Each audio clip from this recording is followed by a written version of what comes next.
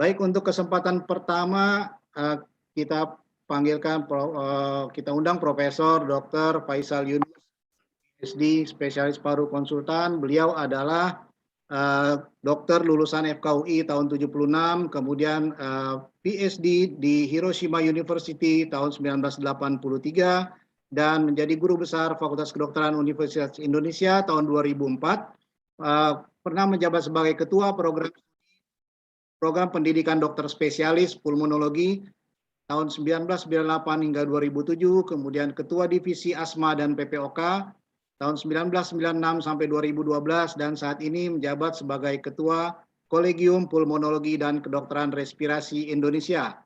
Prof. Faisal Yunus kami undang, silakan Prof, waktu dan layar kami persembahkan. Terima kasih Dr. Fahmi, selamat siang semuanya. Assalamualaikum warahmatullahi wabarakatuh.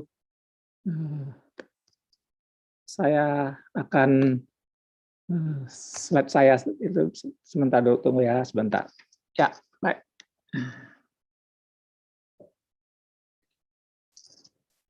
Di judul pada siang ini adalah bagaimana cara kita mengetahui kondisi paru kita, apakah baik atau tidak.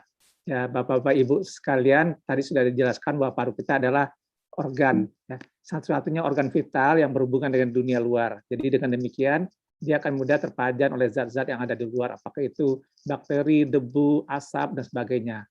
Apa sih gunanya paru? Nanti kita akan lihat. Jadi kita untuk melakukan aktivitas sehari-hari, kita perlu energi, perlu tenaga.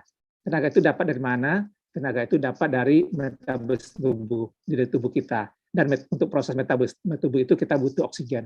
Dan oksigen diambil oleh paru. Jadi kalau paru tidak ada, kita nggak bisa mendapatkan oksigen, tentu saja tidak terjadi proses metabolisme, tidak akan ada tenaga, dan kita tentu saja tidak akan bisa hidup, dan apalagi beraktivitas. Jadi paru gunanya untuk mengambil oksigen. Nah, organ pernafasan, kita terdiri dari paru dan saluran nafas. Jadi udara masuk melalui saluran nafas, nanti pergi ke paru. Jadi paru berfungsi mengambil oksigen dari dunia luar, yang kita sebut namanya istilahnya ventilasi. Kemudian oksigen itu dari paru masuk nanti ke dalam pembuluh darah, yang kita sebut sebagai difusi.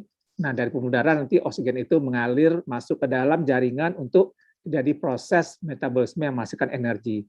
Dan energi itu yang kita pakai nanti untuk aktivitas kita sehari-hari. Dengan demikian, setiap ada gangguan pada pernafasan, tentu saja akan mengakibatkan gangguan pada aktivitas kita. Aktivitasnya terlambat, aktivitasnya tidak bisa dikerjakan, dan sebagainya. Nah, apakah gangguan pernafasan? Ya, gangguan pernafasan itu setiap keadaan yang menyebabkan gangguan dalam masuknya udara ke dalam paru. Ya, dengan demikian akan mengurangi fungsi oksigen. Dan gangguan itu bisa terjadi baik itu di dalam paru atau maupun di luar paru. Ya. Kemudian gangguan itu bisa kita sebut nanti istilahnya ada restriksi atau obstruksi, nanti saya akan jelaskan, atau campuran keduanya. Nah, jadi ini contoh gangguan restriksi, yaitu apabila ada, gangguan restriksi itu apabila, ya, apabila ada kelainan di paru, kelainan di tulang-tulang yang ada di otot-otot tulang di dinding dada kita, kelainan di otot yang ada di dada, kelainan diafragma itu adalah sekat antara rongga dada dan paru, semua itu bisa menyebabkan kelainan restriksi. Ada lagi kelainan lain namanya obstruksi. Nah, obstruksi ini bisa pada penyakit asma, penyakit paru obstruktif kronik atau PPOK yang diakibatkan oleh rokok terutama. Kemudian juga bisa karena tumor di saluran nafas yang menekan saluran nafas kita. Nah, ini apa gejala gangguan pernafasan kita? Gejalanya Bapak Ibu semua tahu, bisa batuk, bisa berdahak, atau kombinasi keduanya batuk, berdahak, sesak nafas, cepat lelah. Nah, contohnya orang batuk-batuk, nah mungkin ada gangguan di pernafasan kita. Kemudian bagaimana kita mengetahuinya? Yang paling sederhana, yang paling gampang, mudah dilihat adalah melakukan fototoraks. Seperti ini fototoraks, ini sebelah ini ada yang normal, nah sebelah kanan ini abnormal. Jadi lihat beda ya.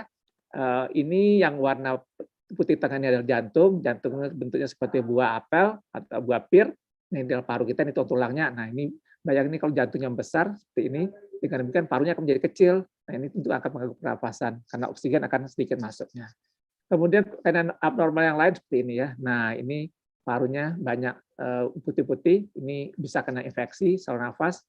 Ini adalah pasien pada waktu flu burung dulu yang kita sebut namanya ARDS seperti ini ya. Jadi kalau makin sedikit hitamnya berarti makin sedikit paru yang bisa mengambil oksigen. Selain yang lain, Nah, ini pada pasien COVID, ya. Lainnya ada di 2 paru, kan, ya, yang putih semua seperti ini, tentu saja pasien sesak, karena yang hitam sedikit. Ini yang bisa kita lihat kalau ada kelainan yang terdeteksi dengan fototoraks. Jadi kita bisa melakukan fototoraks yang sederhana. Kemudian apalagi kita juga bisa lihat dengan CT scan. Ini contoh CT scan yang normal, ya, CT scan dada. Nah ini pada pasien COVID, ya. Jadi kita lihat kiri kanannya ada gambarannya. Beda ya dengan yang ini. Ini yang putih tengah-tengah ada jantung. Ini pada pasien COVID. Pemeriksaan apa lagi yang bisa kita lakukan? Ada pemeriksaan namanya spirometri. Spirometri itu bisa kita dapatkan hasilnya normal, ada restriksi, obstruksi atau campur keduanya. Ini alat spirometri ya. Yang antara lain banyak sekali alat spirometri, ada yang portable, ada yang lebih besar, bisa dikerjakan sambil duduk atau sambil berdiri. Nah, bagaimana hasilnya? Nah, hasil bisa kita seperti ini, gambar yang normal. Kalau dia gambar restriksi, nah beda ya. Ini yang normal, yang warna ini warna yang merah ini adalah yang restriksi. Jadi ini adalah volume udara. Jadi kita lihat volumenya kira-kira ada separuh. Jadi berarti dia itu yang kita sebut tadi gangguan restriksi, volumenya berkurang. Kemudian ada lagi gangguan yang lain. Nah ini kita sebut gangguan restriksi. Normalnya ada segitiga seperti ini. Nah kalau ada cekungan seperti ini berarti ada obstruksi. Makin dalam cekungannya berarti makin besar obstruksinya. Jadi kita hanya dengan melihat gambar kita bisa menentukan apa kelainan obstruksi atau restriksi atau campuran. Bagaimana campuran? Pada slide berikut ya. Nah ini ya. Dia Anda lihat volumenya berkurang ya. Yang normal ada sampai sini, dianya segini. Kemudian ada restriksi kan ada lengkung. Jadi ini kelainannya ada restriksinya dan ada obstruksinya. Ini kita bisa lihat dengan kita melakukan pemeriksaan spirometri yang ada di Rumah Sakit Persahabatan. Juga dokter-dokter yang paru lain biasanya di rumah sakit mereka juga punya alat di spirometri ini. Kemudian kalau kita tidak punya alat spirometri, ada lagi yang lebih sederhana, namanya arus puncak ekspirasi alat seperti ini. Nanti di tube ada angkanya. Nah, kira-kira kita bisa mengetahui ini kira-kira range angkanya pada remaja antara 400 sampai 600 liter per menit, pada dewasa muda itu antara 20 sampai 40-an, itu antara 500 sampai 700, dewasa tua umur 40 sampai umur 60, 500 sampai 600 pada orang tua dia lebih rendah. Ini alatnya kalau dia menunjuk seperti ini, nanti kita bisa tahu. Jadi kalau tidak ada spirometri, kita bisa pakai alat ini untuk melihat apakah ada gangguan, ya, apa volumenya berkurang. Kemudian apalagi bisa kita lakukan kalau tidak ada kedua alat itu, kita juga bisa melakukan namanya uji jalan 6 menit. Nah, jadi orang suruh jalan sama 6 menit, nanti kita ukur berapa panjangnya. Nah, pada orang remaja dalam 6 menit dia bisa mencapai jarak 300 sampai 500 meter, pada dewasa muda antara 400 sampai 600, pada dewasa tua antara 300 sampai 500, dan pada orang lebih tua itu bisa 200 sampai 300. Ini kita bisa lakukan. Jadi kalau ada orang nilainya rendah, nah mungkin saja ada gangguan dari. Nah, pemeriksaan yang lain adalah uji naik tangga. Jadi ada tangga seperti ini, disuruh naik tangga. Untuk ini kita perlu alat penghitung waktu, kemudian juga untuk dihitung dalam satu waktu tertentu berapa banyak dia bisa naik tangga seperti ini. Nah, kita juga bisa menentukan. Kalau dia kurang dari normal, dari orang seumurnya, berarti ada gangguan di dalam pernapasan dia. Ada cara lain tidak untuk bisa melihat? Kita nggak punya spirometri, kita nggak punya alat untuk ditutup tadi, kita nggak punya, masih ada yang lain. Yaitu ini, saturasi oksigen. Ini pada masa COVID semuanya tahu ya. Jadi kita bisa melihat ini saturasi oksigennya. Normalnya antara 55 sampai 98% ya. Kalau kurang dari 95% berarti ada gangguan. Nah, pada COVID sering turun ya, bahkan ada sampai 70% ya. Itu pasien-pasien di ICU, pasien-pasien berat itu turun sampai 70 bahkan 80%. Ya. Jadi ini ada sederhana. Saya kira pada masa pandemi ini banyak yang sudah punya alat ini ya. Mereka pasang jadi mengetahui ya, orang isoman di rumah juga melihat. Nah, kalau saturasinya turun ya segera datang berobat ke rumah sakit. Dengan demikian nanti bisa diberikan pengobatan atau diberikan oksigen ya untuk mengatasi keadaan demikian. Ya, jadi ada berbagai-bagai cara untuk mendesak apa kita punya gangguan pada fungsi pernafasan. Tadi tanyakan bagaimana kita mengetahui paru kita baik atau tidak, inilah. Ada lagi yang lain. Nah, yang lain adalah kita melihat analisis darah ya. Jadi diambil darahnya, mungkin ada di antara Bapak Ibu pernah mengalami, diambil darahnya, kemudian kita lihat. Nah, ini adalah nilai-nilai normalnya. Ya. Jadi kita bisa mengetahui pH-nya, kadar oksigen dalam darahnya, normalnya antara 80 sampai 100. Tentu saja kalau kurang dari ini berarti kita sebut namanya hipoksemia, berarti ada gangguan, mungkin gangguan di paru atau tempat yang lain. Kemudian ini jumlah PCO2-nya, ya jadi kita bisa melihat.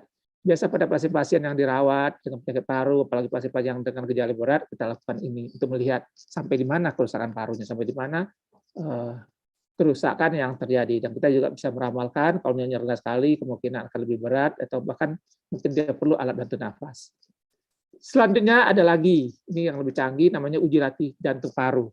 Kita punya rumah sakit persahabatan, nah, jadi seperti ini, orang dipasang bermacam-macam selang, karena belum banyak pengukuran, apa saja bisa diukur, bisa dengan cara menggunakan sepeda seperti ini, kita sebut nama sepeda statis, atau dia berjalan di atas jentera, atau bahasa Inggrisnya treadmill, bisa dengan ini kita catat berbagai parameter, nadinya bisa diukur, pada waktu dia mengayuh sepedanya, berapa frekuensi nafasnya, berapa ambil oksigennya, artinya berapa kecepatan dia mengambil oksigen setiap saat, kemudian berapa saturasi oksigennya setelah permasalahan yang lain. Jadi dengan ini lebih canggih. Jadi biasanya kita gunakan satu untuk atlet untuk mengetahui berapa ambilan oksigen maksimalnya.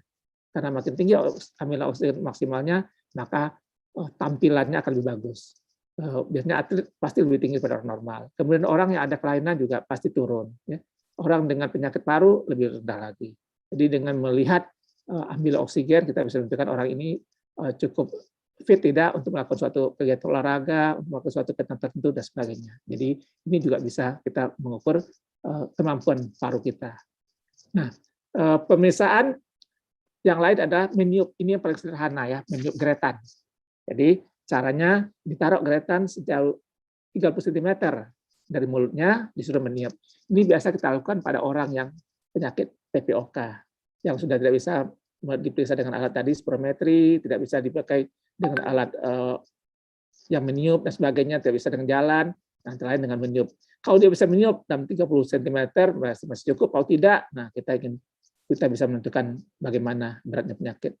Ini juga kita lakukan pada orang-orang dengan penyakit paru kronik yang lain. Jadi caranya dengan meniup geretan dengan jarak 30 cm. Ya. Orang normal harusnya bisa meniup pada jarak tersebut. Oke, jadi sebagai kesimpulannya, fungsi paru kita adalah untuk mengambil oksigen digunakan untuk proses metabolisme yang menghasilkan tenaga. Nah, dengan tenaga ini kita melakukan aktivitas. Bila ada gangguan pada paru, kita bisa mengetahuinya dengan ada gejala. Tadi kita sebutkan gejalanya apa saja, bisa batuk berdahak, bisa sesak nafas, bisa juga gejala yang lain adalah cepat lelah atau cepat capek. Bagaimana caranya kita mengetahuinya? Kita bisa mengetahui dengan melakukan deteksi mulai dari melakukan fototorak, ronsen, atau dengan CT scan, kemudian bisa yang lain, bisa spirometri, atau alat tiup-tiup tadi, atau paling sederhana dengan meniup geretan, atau bisa juga dengan uji jalan 6 menit. Jadi artinya kita punya banyak modalitas, kita punya cara untuk mengetahui apakah seorang punya gangguan paru atau tidak. Itu saja dari saya, dan saya berharap semua tetap sehat, tetap semangat, dan tetap selamat. Amin. Sekian saja, Dr. Fahmi. Terima kasih. Assalamualaikum warahmatullahi wabarakatuh.